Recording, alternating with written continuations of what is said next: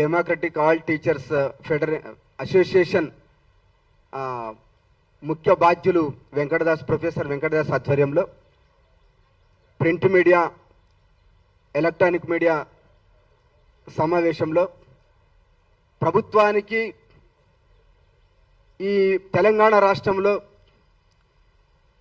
ముఖ్యంగా ఈ ఉన్నత విద్యారంగం సాంకేతిక విద్యారంగంలో ఇంజనీరింగ్ కళాశాలల్లో ఏ విధంగా అయితే ఈ లెక్చరర్స్ను ప్రొఫెసర్స్ను అన్యాయంగా వాళ్లకు జీతము సరైన పద్ధతిలో ఇవ్వకుండా వాళ్ళని వేధిస్తూ అవమానపరుస్తూ అవసరమైతే వాళ్ళని తొలగించే పద్ధతి ఏదైతే ఈ ప్రైవేట్ యాజమాన్యం చేస్తున్నదో ఇవన్నీ విషయాలతో పాటు వాళ్లకు న్యాయం జరగాలని వాళ్ళను సరైన పద్ధతిలో డ్యూటీ చేసే విధంగా సహకరించాలని ఈ రాష్ట్ర ముఖ్యమంత్రి విద్యాశాఖ మంత్రిగా ఉన్నాడు కాబట్టి ఆయన పూర్తి స్థాయిలో వాళ్ళ యొక్క ఉద్యోగ భద్రతను తీసుకోవాలని వాళ్లకు న్యాయం చేసే విధంగా ఉండాలని ఈ డెమోక్రటిక్ ఆల్ టీచర్స్ అసోసియేషన్ వాళ్ళ యొక్క బాధను మా బాధగా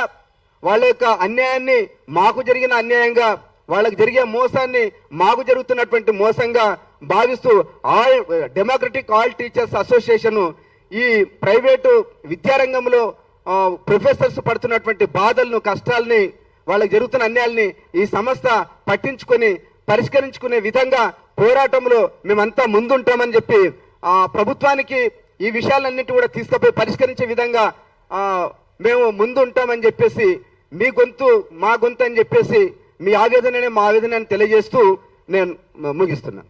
డేటా నుంచి ఈరోజు సోమాజిగూడ ప్రెస్ క్లబ్లో ఈ కార్యక్రమం నిర్వహిస్తున్నటువంటి డేటా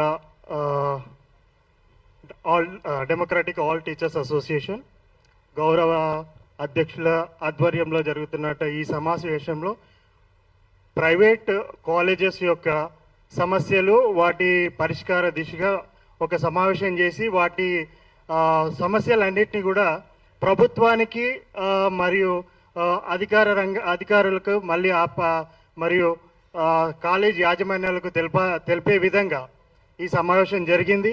ఇక్కడ ఒక అధ్యాపకుడి సమస్య కాదు, ఇది ప్రతి ఫ్యాకల్టీది, ప్రతి ఇంజనీరింగ్ కాలేజీ.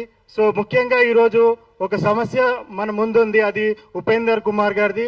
వాళ్ళు ముఫకంజా ఇంజనీరింగ్ కాలేజ్ అందు ప్రొఫెసర్గా పనిచేస్తున్నారు. వారిని హక్కుల కోసం, అంటే ఒక హక్కు గురించి మాట్లాడిన వ్యక్తి ఆ కాలేజీలో ఉండొద్దు అనే కోణంలో ఇవాళ ఆయనని తొలగించడం జరిగింది. సో ఈ దేశం మనకి ఇచ్చినటువంటి ఫండమెంటల్ రైట్ ఏంటంటే రైట్ టు స్పీక్ అనేది ఒకటి ఉంది. అంటే ఆర్టికల్ 19 ప్రకారం మనం అడిగే హక్కు, అంటే మాట్లాడే హక్కు, కొట్లాడే హక్కు, ఇవన్నీ కూడా మనకు ఫండమెంటల్ రైట్స్ కింద ఒక సిటిజన్కి ఉంది. అలాంటి హక్కులను కూడా ఈరోజు మనం ఆ హక్కుల ద్వారా కొన్ని విషయాల్ని మనం యాజమాన్యం కానీ ఇంకా అన్యాయాన్ని కానీ ఎదుర్కోవడానికి ముందుకొచ్చిన ఒక అధ్యాపకుడిని, ఒక ప్రొఫెసర్ని అర్థార్థనంగా టర్మినేట్ చేయలేదు, ఆయనకి రిలీవింగ్ ఇచ్చాడు. టర్మినేట్ చేస్తే వాళ్ళకి చెప్పుకోవాలి, వాళ్ళు ఎందుకు టర్మినేట్ చేసినారు, దానికి రీజన్ చెప్పుకోవాలి. ఆ రీజన్స్ గిట సరిగా లేకపోతే వాళ్ళు కూడా ప్రాసిక్యూట్ చేయబడతారు. కాబట్టి ఆయనని రిలీవింగ్ ఇచ్చారు, అంటే అతనికి రిలీవింగ్ ఇచ్చేసి ఆ విధుల నుంచి పక్క జరిపారు. అంటే దీనికి ఒక రకంగా కుట్ర కోణం. అంటే ఇక్కడ 2-3 అంశాలు మనం చూసుకోవాలి. Sir 1 minute I'm extending. So 2-3 అంశాలు చూసుకోవాలి. ఏంటంటే ఒకటి కుల కోణం, ఒకటి వర్గ కోణం, ఇంకోటి ఆధిపత్య కోణం. సో ఫ్యూడల్ సిస్టంలో ఏదైతే ఉందో అదే సిస్టాన్ని మళ్ళీ ఎక్స్టెండ్ చేస్తూ ఆ రోజు ఒక వ్యవస్థ ఉంది, ఈరోజు రిపబ్లిక్ అండ్ డెమోక్రటిక్ కంట్రీలో, అంటే సెక్యులర్ ఇవన్నీ ఉన్నా కానీ రిపబ్లిక్ డెమోక్రటిక్ కంట్రీలో మనం మాట్లాడే హక్కును కూడా ఇవాళ కాలు రాస్తాం. అంటే నువ్వు గొంతు ఎత్తితే నీ గొంతు తీసేస్తాం. So that is the thing they are following. So and ఇక్కడ కాలేజ్ యాజమాన్యాలు ఎవరు అనేది మనం చూసినప్పుడు ప్రాంతీయ కోణం కూడా కనిపిస్తుంది.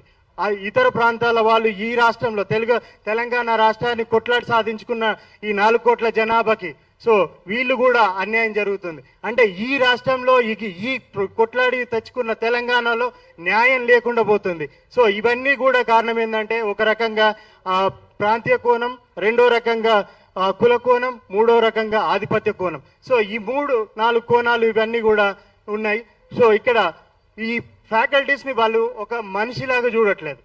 వాళ్ళని ఎక్కడ కూడా ఒక స్లేవ్స్, అంటే స్లేవ్స్కి ఒక రైట్ ఉంటుంది, నాకు ఇన్ని గంటలు చేస్తే నాకు ఇంత కొంచెం ఫుడ్ పెడతారు. సో ఇక్కడ బియాండ్ ద లిమిట్స్, అంటే వాళ్ళ న్యాక్ కానీ ఎన్బిఏ కానీ ఇంకా అదర్ యాక్టివిటీస్లో వీళ్ళని రాత్రి 10 గంటలకు 12 గంటల వరకు కూడా ఉంచుకొని ఆ కాలేజీలో పని చేయించుకొని వాళ్ళ హక్కు కంటే గంట పని ఎక్కువ చేస్తే ఓటీ ఇవ్వాలి, కానీ ఇవ్వట్లేదు. అండ్ నెక్స్ట్ వాళ్ళు యజమాని కూడా ఎక్కడ కూడా ఇరుక్కోకుండా అడ్మిషన్ ప్రాసెస్ కూడా కంప్లీట్గా ఫ్యాకల్టీ పని ఏంటిది, రావాలి, వాళ్ళు టీచర్ ఉద్యోగం చేయాలి, అంటే ఒక విద్యని విద్యార్థులకు అందించాలి, ఒక రీసెర్చ్ ఓరియంటెడ్, ఒక టెక్నికల్ ఓరియంటెడ్ వాళ్ళకి ఇవ్వాలి. కానీ వీళ్ళని అట్లా కాకుండా ఒక క్లర్కల్ జాబ్గా, ఒక అడ్మిషన్ తీసుకొచ్చే సాధనంగా, సో వివిధ రకాలుగా వీళ్ళని హ్యూమిలేట్ చేయడం జరుగుతుంది. ఆయన దీని గురించి అడిగితే మీరు ఉంటే ఉండండి, పోతే పోండి, పోదామని బయటికి పోయి ప్రాపర్గా 3 నెలల ముందు 2 నెలల ముందు వాళ్ళకి రిజిగ్నేషన్ ఇస్తే మీ జీతాలు మళ్ళీ మేమైతే పెంచినామో, మీ జీతాలకు ఏవైతే ఎక్సెస్ ఇచ్చినామో, అంటే మొన్న ఎండాకాలం వెకేషన్ శాలరీ కూడా వాపస్ తీసుకుంటున్న కాలేజీలు ఉన్నాయి. దీనికి కొంచెం లావు రత్తయ్య గారు ఉన్నారు, ఆయన వామపక్షవాది కూడా అయినప్పటికీ కూడా అతని సంస్థలో ఇటువంటి సంఘటనలు కూడా జరుగుతున్నాయి, మా దృష్టికి వచ్చింది. సో ఆయన దీని మీద దృష్టి పెట్టాలని కూడా మేము కోరుకుంటున్నాం. అలాగే ముఖ్యంగా ఏదైతే మన ఉపేందర్ కుమార్ గారిని తొలగించారో అతన్ని రీఇన్స్టేట్ చేయమని అడిగినందుకు వాళ్ళు దబాయించడం, ఒక గూండాయిజం చేయడం, లేదా మమ్మల్ని పోలీసులతోటి అరెస్ట్ చేపిస్తామన్న ఏమంటారు ఫోర్స్ కూడా పెట్టి మా వీడియోలు తీయడం, మా ఫోటోలు తీయడం, దాన్ని అన్ని యూనివర్సిటీలకు సర్క్యులేట్ చేయడం, కాలేజీలో కూడా సర్క్యులేట్ చేయడం జరిగింది. సో ఇలాంటి అన్యాయాలు జరగకుండా ఉండాలంటే అందరూ ఫ్యాకల్టీస్ వివిధ కాలేజీలలో, అది private college, all private college faculties అంతా కూడా మనం ముందుకు రావాలి. As well as the government ఆర్గనైజేషన్స్లో ఉన్నటువంటి టీచర్ అసోసియేషన్స్, లెక్చర్ అసోసియేషన్స్ అందరూ కూడా ముందుకు రావాలని కోరుకున్నాం. Thank you.